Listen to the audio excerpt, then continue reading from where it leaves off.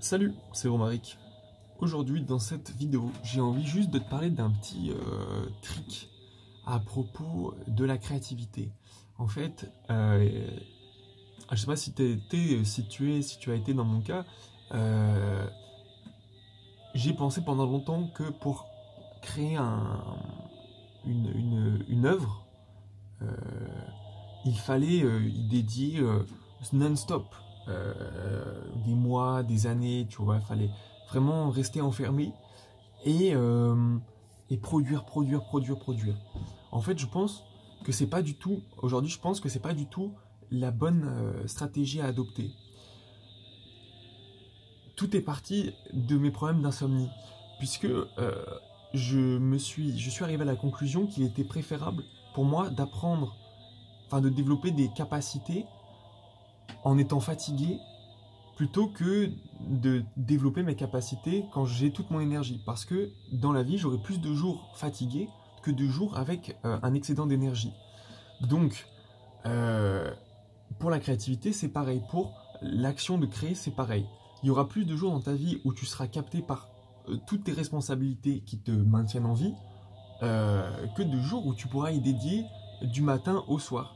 En fait, pour vivre, il faut ne serait-ce que se nourrir, ne serait-ce que boire, etc. Donc à moins que tu sois rentier, à moins que tu aies hérité de beaucoup d'argent, tu vas devoir continuer à te battre quotidiennement pour continuer à habiter dans un espace sain, pour avoir suffisamment à manger, pour avoir une bonne santé, et puis oui, ou louer, ou peu importe, mais parce qu'il va falloir que tu dépenses de l'énergie pour acquérir des nouvelles connaissances ou des nouveaux matériaux pour développer ton action créative. Donc, il est nécessaire, à mon avis, de développer plutôt sa capacité à créer dans des petits interstices de temps que dans une longue durée. Pourquoi? Parce que si tu deviens bon, en fait, ce que je veux dire par être bon à créer sur une longue durée, c'est peut-être que tu vas être très endurant, tu vas pouvoir créer pendant 8 heures dans la journée, mais tu vas nécessiter peut-être 1 ou 2 heures ou 3 heures pour t'échauffer, pour atteindre le flow. Alors que si tu développes la capacité à créer dans n'importe quelle opportunité de temps qui s'offre à toi, je pense que tu avanceras bien plus dans ton œuvre créative que en escomptant qu'un jour arrivent des conditions optimales. Ça rejoint aussi ma philosophie qui est il vaut mieux créer mal fini que de rien créer du tout.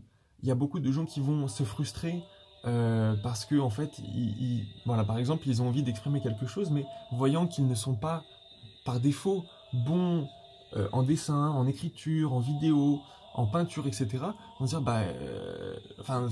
dire, vont être incapables de se dire justement, vont être incapables d'exprimer ce besoin de créer. Alors qu'en fait, il suffirait de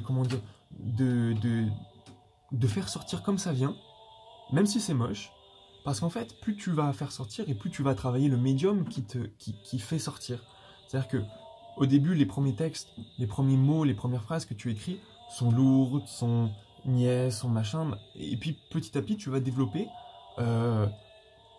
Il faut faire du feedback, ça veut dire que tu vas regarder, tu vas avoir un avis critique, tu vas pas dire voilà, j'ai fait, c'est un chef-d'œuvre, non, il faut que tu mobilises aussi la critique chez les gens, ce qui est difficile, surtout, quand tu es au début, parce que, tu as eu un peu le trac, et deux, parce que les gens ne vont pas forcément apprécier beaucoup ce que tu vas faire, et ça va être difficile de les motiver à continuer à te donner un avis critique, voilà. Mais bon, c'est nécessaire. Mais ça, tu peux avoir un avis critique qui va te permettre de progresser uniquement à partir du moment où tu vas produire quelque chose, tu vois. Et après, une fois que tu l'as produit, tu l'améliores. Mais viser tout de suite le chef-d'œuvre, viser... c'est la meilleure manière de se casser la gueule, puisque en même temps que tu travailles ton médium, tu découvres des nouvelles possibilités. Donc en fait, limite, et je pense que c'est l'important avec... Bon, moi je le fais plutôt en écriture, et même en fait avec cette chaîne YouTube d'une certaine manière, ce que je montre, c'est pas tant le contenu de la vidéo, mais plutôt la progression en fait. La progression du médium, la progression des idées.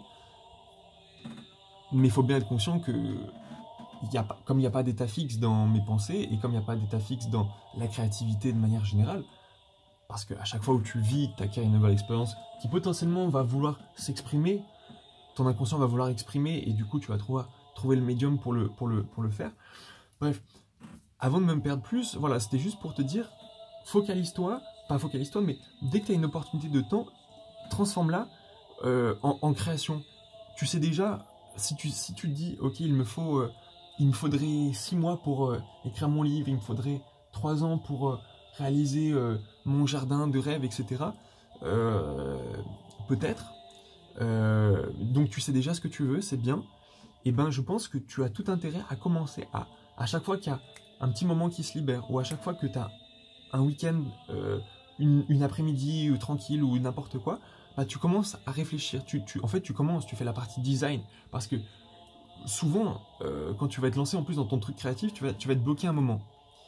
Parce que y avait des trucs auxquels tu ne pensais pas qui arrivent et qui du coup vont bloquer l'expression pure, brute de ton élan créatif. C'est ce qui est très frustrant dans la créativité, dans la vie en général, c'est que on a des idées et pour les réaliser, il faut passer toute cette couche matérielle dans laquelle on évolue, mais qui aussi nous nourrit, qui nourrit notre créativité. Donc, bon, je vais éviter les sens un peu qu'on pourrait donner à ça, mais voilà, donc quand tu as un petit peu de temps, il faut faire du design, parce que voilà, quand t'es bloqué, il faut faire du feedback, comprendre pourquoi ça fonctionne pas, savoir où trouver, comment mobiliser de la nouvelle information, des nouveaux outils, des nouvelles compétences, des nouvelles personnes. Donc, le processus créatif n'est même pas linéaire en fait. C'est pas possible de se dire je travaille pendant 3 jours, parce qu'en fait, déjà au bout de 2 heures, ça se trouve, tu vas dire ah, mais en fait, j'avais pas pensé à ça. Il faudrait que je me désengage de la créativité, de l'action productive, de l'intervention, pour revenir en phase de design, de planification, d'apprentissage, pour en fait ne pas perdre de temps. Faire un petit pas en dehors pour réfléchir à sa productivité, ça fait gagner c'est exponentiel en fait. Parce que, imaginons, tu travailles, tu arrives à produire 3 pages, ou dans un domaine complètement différent, tu arrives je sais pas, à faire 40 pots, petits godets de semis par jour. Donc tu peux faire ça toute ta vie. Mais tu peux aussi à un moment te dire ok, cet après-midi j'en fais pas, donc tu n'as fait que 20 pots, mais tu vas réfléchir à comment optimiser par exemple ton espace de travail. Comment faire pour que ton sac de terreau soit plus près de tes pots, que tes graines viennent là, que tu n'aies pas à ressortir des pots, à te laver les mains entre temps. Enfin bref, il y a plein de choses auxquelles tu pourrais réfléchir. Alors que si tu te dis, eh ben voilà, je fais ça pendant 2 ans, j'arrête pas de planter, ça sera bien. Mais ça aurait pu être beaucoup mieux. Ça pourrait être exponentiellement mieux, parce que au moment où tu vas pouvoir produire 60 pots de plus, tu vas dégager une marge qui sera pas juste 50% de plus, mais bon, allez, j'arrête de te faire des explications compliquées. Juste pour te dire, voilà, dès que tu as un moment, si tu n'as pas ton matériel de création, réfléchis-y, planifie, et dès que tu satures de planifier, parce que aussi c'est ça, faut pas trop rester longtemps dans le design, tu vas le sentir, tu vas saturer, tu vas être frustré. Donc, voilà, faut savoir, même si le problème c'est que justement tu n'as pas ce matériel créatif, il faut que tu réfléchisses à comment le mobiliser, tu vois, par exemple. Et donc, une fois que tu as réfléchi à ça, ça sert à rien de se poser des questions. Qu'est-ce que je vais en faire? Bah, d'abord, trouve le matériel créatif, crée. Parce que tu n'auras pas ces 3 mois, tu n'auras pas ces 3 ans de création, tu n'auras pas toute cette période que tu voulais, tu l'auras jamais. Parce qu'il y a toujours un mec qui va taper. Oui, donc voilà, c'est le plombier, ou c'est le locataire, ou c'est machin. Et donc tu seras toujours dérangé, tu seras toujours.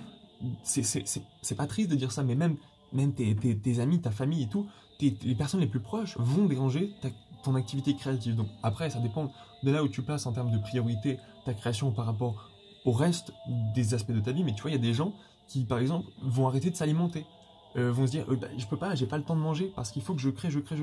Sauf que si tu négliges ton alimentation, que tu manges le minimum, les trucs pas transformés, enfin les trucs bruts, peut-être transformés que tu achètes dans ton supermarché ou pas, ta santé va se dégrader.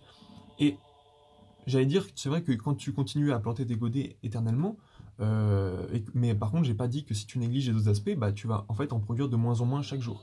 Et c'est la même chose pour l'alimentation, et c'est la même chose pour le sommeil. Parce que moins tu vas dormir, peut-être qu'en volume tu vas faire beaucoup, mais si tu fais pas dans le feedback, c'est la qualité, c'est cette capacité de la vie, de tout ce qui crée à croître de manière voilà, exponentielle de plus en plus vite, de plus en plus large, jusqu'à ce qu'elle confronte des nouvelles limites. Et c'est ça les intérêts du feedback, c'est l'intérêt de se désengager, c'est l'intérêt de faire des sessions réduites de création alternée avec des sessions réduites de feedback. À mon avis, c'est la manière la plus productive d'aborder la créativité. Et c'est peut-être très mécanique, mais je pense que, tu vois, j'ai vu un reportage sur Monet et Clémenceau, mais Monet disait jusqu'au bout de sa vie qu'il faisait des recherches d'art en fait. C'est-à-dire que c'était pas genre il était naturellement doué, c'est que il a réfléchi à son art, il a réfléchi à comment exprimer, comment manipuler des manières. Et je pense que c'est pareil dans tout. Et quand je dis création, et encore une fois, c'est pas que de l'artiste, c'est aussi du très basique, c'est très matériel. Ta création, c'est donc ton jardinage, mais ça pourrait être comment tu construis une maison, comment tu changes ta plomberie, comment tu changes une ampoule, etc. C'est l'action de créer, l'action de transformer des idées en... même transformer des idées que t'as pas, des idées inconscientes, des émotions, des sensations, des instincts de quelque chose, et les transformer dans la matière qui nous retient peut-être prisonniers pour l'instant. Et peut-être que c'est ça le sens de la création, de nous libérer de cette contrainte, de faire que nos idées puissent échanger beaucoup plus rapidement. Dans quelle finalité? J'en parlerai bientôt dans mon projet créatif. Que finalement, je continue depuis des années, alors que je travaille, alors que je fais ci, que je fais ça. Mais quand j'ai du temps, je sais aussi me le ménager, hein. C'est pas, le temps ne tombe pas comme ça. Il y a des moments où il faut dire non, bah j'ai décidé de consacrer du temps à ça, mais j'ai aussi décidé de consacrer du temps à ma création. Et c'est important de ne pas se laisser manger ce temps. Je pense. Salut.